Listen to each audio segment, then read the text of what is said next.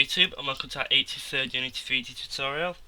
Now last tutorial we finished off our character customization thing. We can always add more, but for now what we're going to do is export our character to the new scene. Now this is really relatively easy to do. The first way we were planning to do it was to grab, where is it, player attributes, these, and then when it loads it checks which one it is. So head armor 0, it'll spawn head armor 0 and instantiate each object. But then I found a much better way than that. I found that why don't we just create a static game object, store our character in it and then load it. But because the character destroys it, forgets about it and can't do that. So I had to find another way. And now this simple script is shorter than all of this, so we don't actually need any of this. Apart from the occasional few like health and strength, name and stuff. But sorry about that. Yeah, I wasn't thinking super efficient when we were doing that. But this new script is really easy to load, learn. You'll be learning a few more, what you call it, script. I forgot name. Lines of code. You'll be learning some new commands, but you won't be using them all the time. So what I'm going to do is create a new JavaScript called character loading. Call it whatever you like. I put loading, there we go. And in here, in the start function, we're going to type our first new command. Now the reason is we can't copy our character across is when we finish our character creation and click next, it loads a new scene. And when it loads a new scene, it grabs every single game object, or you can think of it like a for each loop on the whole scene, and deletes every single object, main camera and everything. Then it spawns in where it needs to, so by default it'll spawn a main camera in, and I believe that's it. But for our scene contains all the lines of code where everything should be and what to do. It spawns all that, which is really good. So what we need to do is basically say do not destroy our character. Now if you've had a look around the Unity wiki, you will know there is actually a command that is called do not destroy, kind of. What we're going to type is don't destroy on load, bracket, semicolon. Now what this will do is when it loads a new scene, it'll just completely leave whatever object we tell it to put on. So in here we'll type transform.gameObject. So in the brackets you need to put what object you don't want it to destroy. So you could effectively type in here gameObject.find blah blah blah blah. But I'm just going to equip this directly to the character so it didn't need it to be done. So if we were to attach this to our character now, so we'll do it to both genders, yeah. Character loading, we click play, and we'll go across, give him a helmet, some capes and stuff, next, increase, click finish. You will see if we pause it, we have two characters now. One for our actual main character, and then one for our character here. So we've done it, we've officially exported it. All what's left is to clean this one up. And that one. So by cleaning it up, I mean destroy this spotlight here, because we don't want that.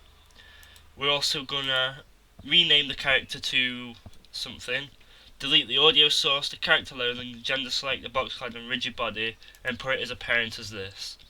So it's really easy to do. So all we're going to do is keep this playing for now, pause, and in here, if we tap it in here, it won't actually work, because by default we're going to disable this script. So when we disable it, the function start will start when it starts. So because we're not destroying it, this is hard to explain. Basically start only runs once, and because we're never destroying and reloading the character, it'll use that once when it's done, and like that's it. We can't use it any again. So the easiest way to do it is in the function start, we tell it not to destroy the character for good. So that'll keep it forever. But in function update, we need to make it constantly check. So that's why we're going to put the majority of our code in here. If you didn't understand it, I'm sorry, but it's a little bit complicated to explain. But when you see it, you'll be like, oh yeah. Here's the new command. What you're going to learn is in a print statement. I'm going to type application.loadedLevel with one capital L. And if you put loaded level and put in a bracket, there we go, it'll print whatever level you've loaded. And now you will expect it to print, say, level character customization, but it doesn't. If you go to File and Build Settings in here, you see how you've got your names and stuff down this side. Oops, put that back up there. There we go. It reads it off of the numbers here. So you've got to say if 0, if 1, if you want to do an if statement for it. So just a quick test of that. Boom. 8. Our level loaded is level 8. So if we go to File, Build Settings, character customization is number 8. So you can see it works like that. So in our thing here, in our function update, we're going to type if, and I'm going to copy application.loaded level equals 0. So if it equals 0, which is our first level, if we go back and have another look, 0, so that's our first level. If it equals 0, then it'll perform whatever code's in here. So first, what do we need to destroy off the character? Well, the rigid body. So this is simple as typing destroy rigid body. So destroy the rigid body now. What else do we need? We don't need the box collider on it. So destroy collider. Simple as that. I'm pressing Control S to save quickly in between, just in case something ever does happen. Now we don't need the gender select script either, so we can just destroy this the same, well, relatively the same way. You type destroy get component, I believe that's right, and then to select the audio source, you type audio source with capitals, URC, yeah, and 2 brackets at the end. So if we check it, make sure there's no errors for now. There we go, no errors. So now that'll destroy, if it's our first level, it'll destroy the rigid body, the box collider, and then the audio source. Now I need to make it destroy the script, which was our original intent. But same again, so instead of audio source, we will type gender select. So, or destroy them 4 at the moment, put this above to keep it in order. And now we need to destroy the spotlight, if I remember rightly. So female or male spotlight, so because it depends who we choose. So if GameObject.find, and then we'll call this female spotlight does not equal null. So if it finds the female spotlight, then destroy female spotlight. Oh, can't do that. Destroy GameObject.female spotlight, my apologies. And then else destroy the male spotlight, which I believe is named that. So we've got rigid body gone. Let's click it back. All that gone, so that's almost gone. Now it's just used. Now it is just what do you call it? Changing the character's position and name and stuff. So this .GameObject.name equals. So what we're going to call it? Main char for its body, and this .GameObject. What do we got next? Position. Transform.position equals, and then what we want to do is on our new scene, so our level 01, we want it to find our character and put it in the character's position. Simple as that. So transform.position equals GameObject.find character .transform.position. So it'll find the character's position, and then set our characters to it, so they're in the same place now. We need the parent, switch the parent of it. Transform.parent equals character.transform. So it'll now put it in as parent, and we need to disable this script. So destroy this. So it'll destroy this script, so we've not got it anymore.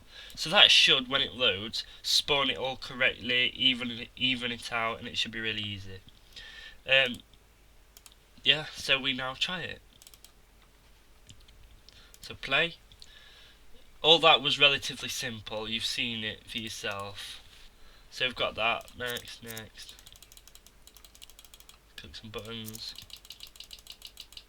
finish, and boom, we have our character loaded and transported. And yes, we can move around with it, but as you can see, well, it's backwards. That's not very helpful, and it's largely too big. So the easiest way to do this is if we go back to our size select script here, we have our local scale here. So what we can do is grab this and paste it into character loading here. So this .transform local scale equals in fact divided equals, I believe that's it, like that, yeah. So what we're going to do is vector 3, and then all we're going to do is divide it by 2, because in our character customization scene, for one scale unit our characters were 2, so we're just going to half it basically. So transform that local scale divided by equals, and then 0.5 I believe, and that should half it. It might not though. It doesn't understand it. We'll try .x divided by 2. X equals, well, divided by equals. I swear down it is that. Anything?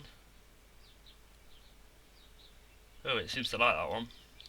So there we go. So we just have to do that 3 times. X, Y, Z, and then we can test it, which is tedious, but so we'll try it. Next, increase, and finish. There we go. So now we have a normal sized character. Obviously we could bring the position up a little bit, but it works fine. Now what's left is to just handle the rotation. The rotation is fairly simple to do. We could use Enruler axes, which we've used before, or we could simply rotate our character 180 degrees, which I think is a lot easier. So we're going to do that. So level 01, character 180. So now when we click play on character customization, for the final time hopefully, and YouTube, Dragoo YouTube, finish. There we go. We have officially done character customization. Yes, they don't walk at the moment because we need to redo the animations, but we also need to redo these characters as well because these are male and female. Collect this ball, and everything works perfectly. So that's it. Woohoo! We finally exported our character. Took way too long, but that's fine for now. So yeah, sorry for the confusion with the script player attributes. We will have to clean that up one time, but yeah, so finally done it. There's your final script. It will be in the description. Codes learned are don't destroy on load and application loaded level. Also a couple of destroy commands which you didn't know about. If you do want them on timers, simply put a comma, then your time in seconds. Simple as that. Thank you for watching. I am glad you did. Facebook group below to find out when I do new tutorials, and see you next time.